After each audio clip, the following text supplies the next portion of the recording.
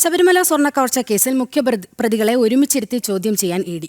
Unnikrishnan Potti, Murari Babu, N Vasu എന്നിവരെയെല്ലാം ഒരുമിച്ചിരുത്തിയും വെവ്വേറെയും ചോദ്യം ചെയ്യും.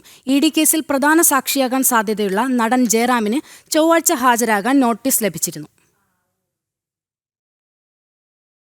ശബരിമല സ്വർണ്ണക്കവർച്ചയിലെ മുഖ്യപ്രതി ഉണ്ണികൃഷ്ണൻ പോറ്റി, ദേവസ്വം ബോർഡ് മുൻ പ്രസിഡന്റും മുൻ ദേവസ്വം കമ്മീഷണറുമായിരുന്ന എൻ വാസു, മുൻ executive officer D Sudheesh Kumar എന്നിവർക്ക് അടുത്തയാഴ്ച ഹാജരാകാൻ സമൻസ് നൽകിയിട്ടുണ്ട്. നടൻ ജയറാമിനും ചൊവ്വാഴ്ചയാണ് സമൻസ്.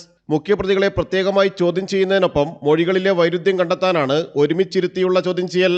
ഒറ്റയ്ക്കുള്ള ചോദ്യം ചെയ്യലുകൾ പൂർത്തിയാക്കിയതിനു ശേഷം ഒരുമിച്ചുള്ള ചോദ്യം ചെയ്യലുകളിലേക്ക് കടക്കും. ദേവസ്വം മുൻ അഡ്മിനിസ്ട്രേറ്റീവ് ഓഫീസർ മുരാരി ബാബുവിനെ ഒരു തവണ ഇഡി ചോദ്യം ചെയ്തിരുന്നു. മുരാരി ബാബു, ഉണ്ണികൃഷ്ണൻ പോറ്റി എന്നിവരെയും ഡി സുധീഷ് കുമാർ, എൻ വാസു എന്നിവരെയും ഒരുമിച്ചിരുത്തി ചോദ്യം ചെയ്യേണ്ടതുണ്ട്. ബോർഡ് പ്രസിഡന്റായിരുന്ന എൻ വാസുവിന്റെ പ്രൈവറ്റ് സെക്രട്ടറിയായും സുധീഷ് കുമാർ പ്രവർത്തിച്ചിരുന്നു. വാസുവിന്റെ പ്രവർത്തനങ്ങളിലെയും ഇടപാടുകളിലെയും ദുരൂഹതയിൽ കൂടുതൽ വ്യക്തത വരുത്താൻ കഴിയുന്നതാണ് ഇരുവരെയും ഒരുമിച്ചിരുത്തിയുള്ള ചോദ്യം ചെയ്യൽ. 2019 ശബരിമല ദ്വാരപാലക പാളികളിലെ ശില്പങ്ങളിലെ സ്വർണം കവർന്ന കേസിൽ രണ്ടാം പ്രതിയാണ് മുരാരി ബാബു. 1998 ശ്രീകോവിലും ദ്വാരപാലക പാളികളിലും സ്വർണം പതിച്ചത് അറിയാമായിരുന്നിട്ടും രേഖകളിൽ മുരാരി ബാബു ചെമ്പെന്ന് രേഖപ്പെടുത്തിയിരുന്നു.